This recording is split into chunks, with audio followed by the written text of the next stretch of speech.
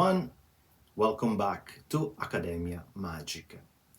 So I believe whoever has approached the study of magic, either from academic or from a practitioner point of view, or the study of the occultism, have bumped into something like the ritual of the pentagram, the ritual of the hexagram, and for sure you may have heard the name of the Hermetic Order of the Golden Dawn.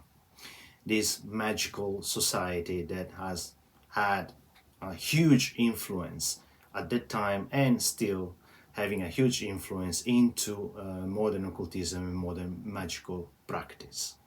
So today we will talk a little bit more about this order, the Hermetic Order of the Golden Dawn, especially what kind of actually influence has left, what kind of heritage has left to us, and also what influenced the Golden Dawn itself. So why it was created and for what purpose and based on what, based on which material actually. So let's start. We are in the 1800 Victorian time, England, and what we are experiencing is a revival of an interest in whatever is occult and magic. In fact, it's a time where a lot of magical societies are flourishing. One of the most famous one is the Theosophy Society of Blavatsky. And also a lot of groups practicing what was called spiritualism, the seances, the talking with the dead through mediums, and a lot of this kind of interest in things that are somehow paranormal. But for sure, among all these groups, definitely the Golden Dawn is the most influential. Also because the Hermetic Order of the Golden Dawn was actually the very first actual school of magic. At its peak, the Golden Dawn counted 5 temples. The first and most likely the most famous one in London called Isis Urania, one Osiris temple in Weston-super-Mare, Horus temple in Bradford, Amun-Ra temple in Edinburgh, and the last Atathor temple in Paris. So what was actually the Golden Dawn based on? The great thing about the Golden Dawn, I think they were able to put together basically to make a synthesis of all the entire Western magical tradition available at that time. And the Golden Dawn actually comes out of the mind of 3 persons. We have 3 founders of this order, namely William Wynne Westcott, Dr. William Robert Woodman, and then unfortunately Woodman died shortly after the establishment of the order, so there's not much about him in the history of the Golden Dawn. And finally, the most famous and most controversial one, Samuel Liddell McGregor, quote-unquote McGregor Master. It was made of 2 orders, separate but interconnected. So the outer order, so-called the outer order, which was also the first order and the only order available when the Golden Dawn was created, based on some documents, also known as cipher manuscripts, that Westcott, one of the 3 founders, claimed to contain some teachings belonging to a German occult society. While the inner order that was created a little bit later in 1891 was based on alleged communication between McGregor Master, and some quote-unquote secret chiefs of the organization. But let's see a little bit more about the founders. Let's see a little bit more about these colorful founders of the beginning of the Golden Dawn. So let's start with William Westcott. William Westcott was a coroner and a Freemason. Was also a member of the famous Societas Rosicruciana in Anglia. Was a kind of a Rosicrucian influence society within the corpus of Freemasonry, but like an appendant corpus, an appendant society, which were emphasizing more the study of Kabbalah, of course, keeping a very strong Christian influence. The Societas Rosicruciana in Anglia was actually founded in 1865, 1866 by two very influential occultists, actually. One was Robert Wentworth, and the other one that also played an important role in the Golden Dawn as well was Kenneth McKenzie. So it was William Westcott himself first to have come up with the idea of a new order, a new organization, based, as we mentioned, on this infamous manuscript that he allegedly found. And this manuscript were supposed to have belonged previously to the French occultist Eliphas Lévy. They may have belonged to another famous British occultist, Frederick Hockley.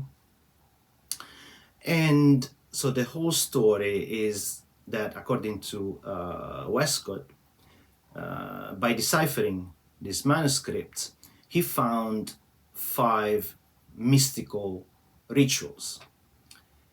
Again, these rituals attributed to another famous occultist magician of the Middle Age, Johannes Trithemius of Spanheim, the teacher of Agrippa. And again, Westcott also, beside finding these 5 mystical rituals, also found the address of a lady, a certain Fräulein Anna Sprengel, Countess of Lansfield, and a supposed Rosicrucian adept. And again, story goes that Westcott has contacted this lady and received from her the authorization to open a branch of this German occult school in England. And that's how first the Golden Dawn was created, came to life. Now, I say the infamous manuscripts, infamous cipher manuscript, because unfortunately these manuscripts were later found to be forged. And the forgery was not only confirmed by the modern historians, but they were also somehow anticipated by McGregor Master himself during the time of the Golden Dawn. He actually announced it to the members in 1900 that these documents were forged, and he did this announcement in some kind of power struggle, power play between him and William Westcott. So back to Mather himself, another kind of very colorful person who actually made most of the ritual working of the Golden Dawn. And as we mentioned, he also created another order within the outer order. He created the inner order. So it was actually Mather that was the real engine that propelled Golden Dawn to the popularity that he enjoyed. But at the same time, it was also Mather, the culprit of the downfall of the organization too, mainly for several reasons. First of all, when McGregor Master decided to move to Paris to found the Atathor temple there, of course, back in England, the organization started to have some kind of power struggle, internal conflicts. So there was start to feel something was not right. And, well, besides, as we mentioned, he already announced it to the members that the cipher manuscript was actually forged by Westcott. And of course, obviously, many members of the organization started to question the integrity of the order itself. On the top of that, the Golden Dawn went through a huge scandal when McGregor Master admitted into the Golden Dawn a couple calling themselves the Theo Horus couple, and Master admitted them into the Golden Dawn, but actually this couple unfortunately were found later guilty of fraud and sexual assault in their own organization. So this couple, this fraudulent couple, this American husband and wife, actually had their own magical organization, joined the Golden Dawn, but it seems to within their own organization there was some misconduct. They were exposed, and you can imagine as well, when the connection with the Golden Dawn was exposed, also the Golden Dawn was dragged immediately into this scandal.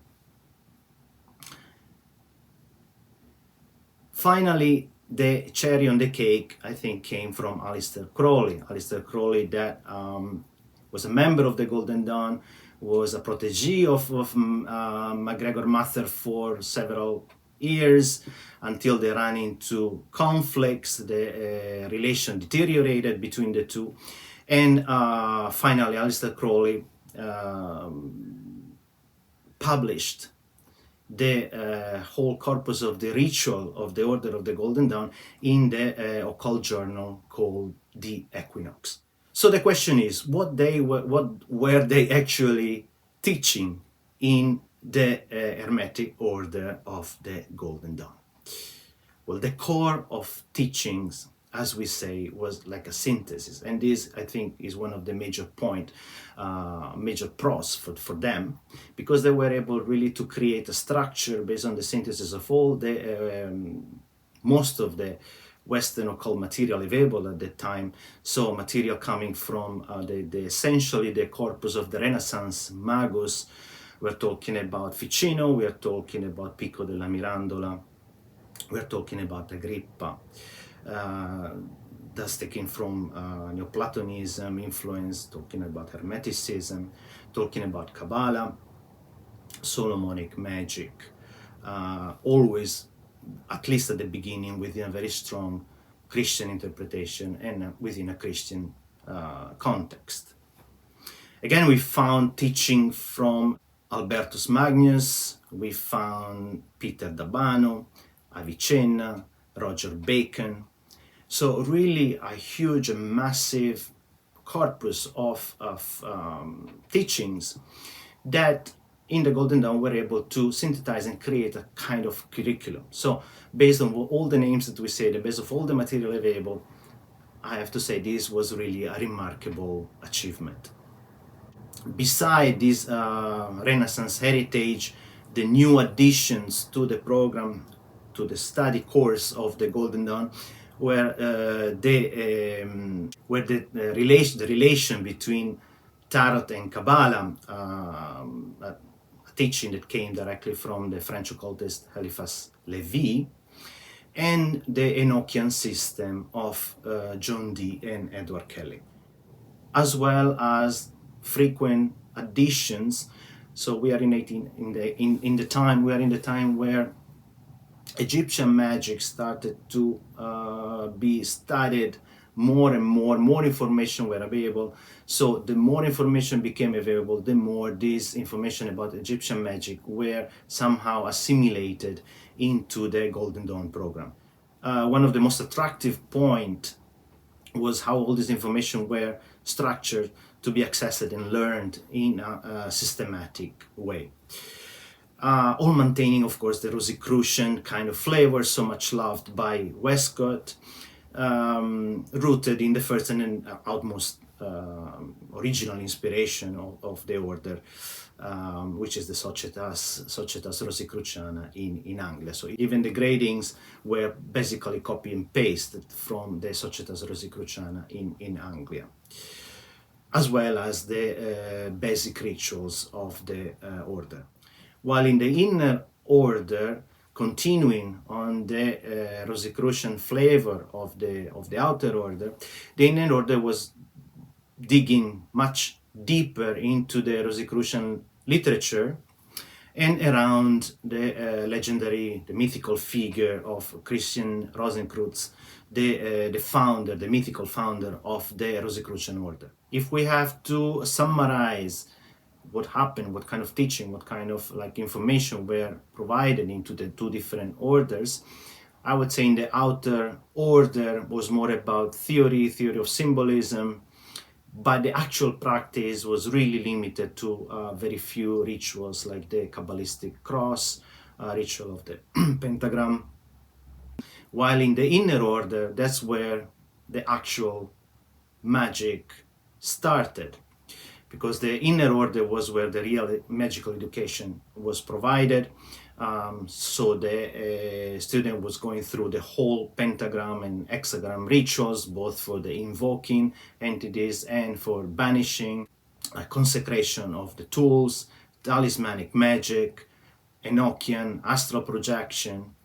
And this order, compared to the outer order, had a more, say, Rosicrucian / Enochian flavor to it. Now, what is really interesting to see in the history and evolution of the Golden Dawn is essentially, I think, 2 points. One is that from a very Christian imbued, Christian influence kind of approach to all the material, as we mentioned, so very similar to what the Renaissance Magus was doing, so very similar to what Ficino, Pico, Bruno, and all the other Renaissance magicians was going through. So taking a lot of information, taking all the occult and esoteric information, but still trying to squeeze it within a Christian context. But we see in the Golden Dawn, little by little, things moving more toward a pagan-inspired kind of approach. And this is also due to the availability of the information, as we mentioned, little by little in the 1800s, early 1900s, more and more was available about Egyptian magic. So, of course, the focus was shifting more toward the pantheon of divinities coming from the Greek and Egyptian pantheon, more than a monotheistic approach. And the second, and I think this is a most important point that I would like to mention, is the shift from working through agencies. As we know, most of the Solomonic magic and the kind of magic employs agency of the invoked entities, so use the power of the invoked entities to grant the will of the magician. So you have to invoke and ask for your will to be done through the spirit or the demon. But in the later days of the Golden Dawn, we see this shifting toward more and more importance to the personal willpower. So the power of imagination, the will, the power of thought that is actually producing or provoking external phenomena. And this is due to the fact that psychology was at the beginning of his career. A psychologist just was born during that time, and there was definitely this will from the magician to try to redeem magic and to take magic and to put magic into a more scientific context. So psychology at that time offered the kind of inspiration to, or basically the chance to redeem magic and put it back into a more scientific approach. And this power of the will, so the power of the personal will without the agency of the spirit, was a very important point that Crowley carried forward after the Golden Dawn in his organization, in his OTO, in his Thelema.